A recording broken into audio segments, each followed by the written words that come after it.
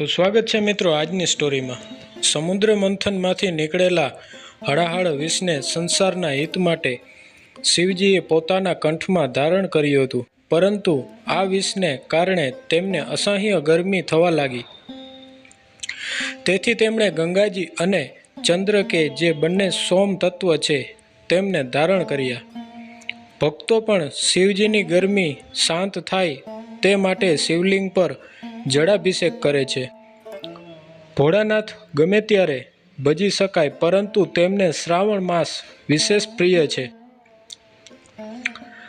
કારણ કે શ્રાવણ માસમાં વાતાવરણમાં જળ તત્વ વધારે હોય છે। તેઓ ચંદ્ર સોમના ઈષ્ટદેવ છે, તેથી તેમને શ્રાવણના સોમવાર પણ પ્રિય છે। શિવજીને દરેક સોમવારે ક્રમશ એક મુઠ્ઠી ચોખા, સફેદ તલ, લીલા મગ, જવ અને 5મો સોમવાર આવતો હોય છે તો 7મો ચડાવવામાં આવે છે। શ્રાવણ માસ 3 ઓગસ્ટને બુધવારથી શરૂ થાય છે, ત્યારે ભોળાનાથને રીઝવવાની તૈયારી કરી લઈએ। શ્રાવણ માસમાં શિવોપાસનામાં રત્નોથી નિર્મિત રત્નેશ્વર વગેરે શિવલિંગની પૂજા કરીને અપાર વૈભવની પ્રાપ્તિ થાય છે। જ્યારે બિલીપત્ર પ્રાપ્તિ થાય છે, ત્યારે બિલ્વપત્ર, જળ, અક્ષત અને મુખવાસ એવી સામાન્ય ચીજોથી પણ બમ બમ ભોલે શિવ પ્રસન્ન થાય છે। ભગવાન શિવની કૃપા સહજ પ્રાપ્ત થાય છે। આથી તેમને આશુતોષ ઉદાર શિરોમણી કહેવામાં આવે છે। રોજ શિવની આરાધના કરવી શક્ય ન હોય તો સોમવારના દિવસે પણ શિવની પૂજા અવશ્ય કરો અને વ્રત રાખો। શ્રાવણ માસ અથવા તેના દરેક સોમવારના દિવસે શિવોપાસના કરવી જોઈએ।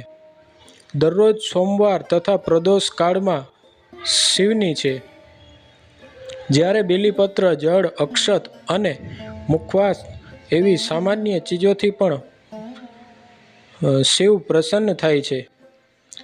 ભગવાન શિવની કૃપા સહજ પ્રાપ્ત થાય છે।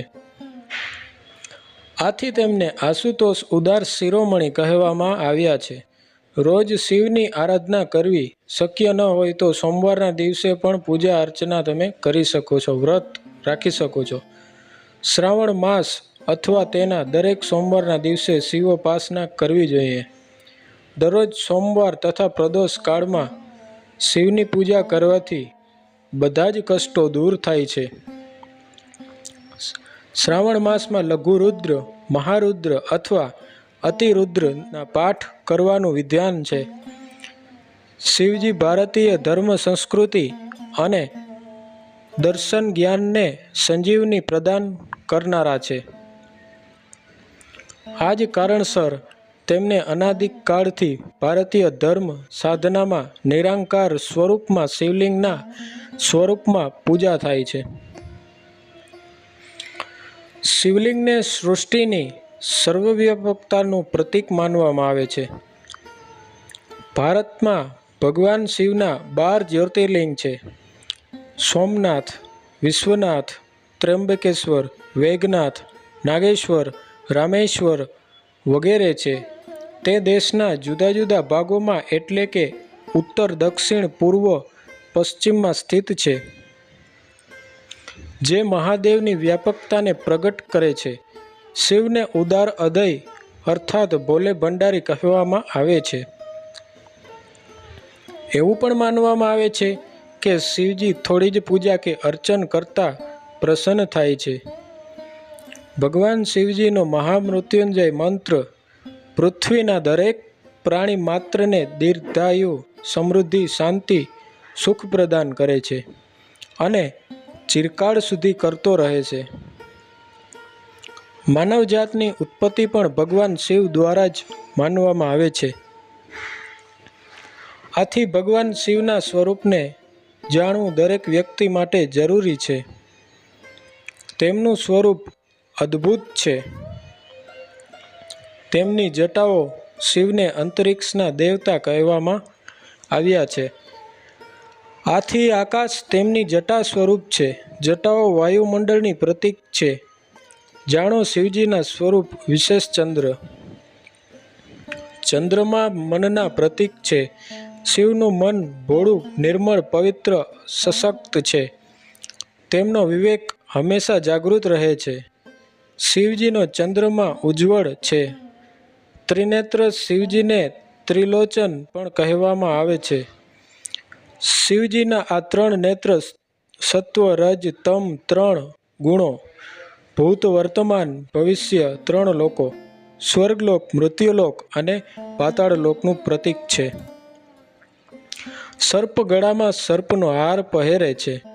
સર્પ જેવો ક્રૂર તથા હિંસક જીવ મહાકાલને આધીન છે. સર્પ તમોગુણી તથા સંહારક વૃત્તિના જીવ છે, જેને શિવે પોતાને અધીન રાખ્યો છે. ત્રિશૂળ શિવના હાથમાં એક મારક શસ્ત્ર છે. ત્રિશૂળ સૃષ્ટિના માનવીઓના ભૌતિક, દૈવિક, આધ્યાત્મિક એમ 3 પ્રકારના પાપોને નષ્ટ કરે છે. ડમરું શિવજીના એક હાથમાં ડમરું છે, જેને તેઓ તાંડવ નૃત્ય કરતી વખતે વગાડે છે. ડમરુનો નાદ જ બ્રહ્મ સ્વરૂપ છે. મૂંડમાળા શિવજીના ગળામાં મૂંડમાળા છે, જે એ વાતની પ્રતીક છે કે શિવે મૃત્યુને પણ પોતાના વશમાં કરી રાખ્યું છે. વ્યાઘ્ર ચર્મ ભોળાનાથના શરીર પર વ્યાઘ્ર વાઘ ચર્મ છે. વાઘને હિંસા તથા અહંકારનું પ્રતીક માનવામાં આવે છે. તેનો અર્થ એ છે કે શિવજીએ હિંસા તથા અહંકારનું દમન કરીને પોતાની નીચે દબાવી દીધું છે. ભસ્મ શંકરના શરીર પર ભસ્મ લગાવેલી છે. શિવલિંગનો અભિષેક પણ ભસ્મ દ્વારા કરવામાં આવે છે. ભસ્મનો લેપ દર્શાવે છે કે આ સંસાર નશ્વર છે અને શરીર નશ્વરતાનું પ્રતીક છે. વૃષભ ભગવાન આશુતોષનું વાહન છે. વૃષભ નંદી છે, જે હંમેશા શિવજીની સાથે રહે છે. વૃષભનો અર્થ એ છે ધર્મ. મહાદેવ આ 4 પગપાળા બળદની સવારી કરે છે. અર્થાત ધર્મ, અર્થ, કામ, મોક્ષ તેમના આધીન છે. સાર રૂપમાં શિવનું સ્વરૂપ વિરાટ અને અનંત છે. શિવનો મહિમા અપરંપાર છે. તેમના ઓમકારમાં જ સમગ્ર સૃષ્ટિ સમાયેલી છે. તો મિત્રો આજની સ્ટોરી આપણી આ હતી. તો આપણે ફરી મળ્યા મિત્રો આવતી સ્ટોરીમાં. તો ત્યાં સુધી બધાને હર હર મહાદેવ.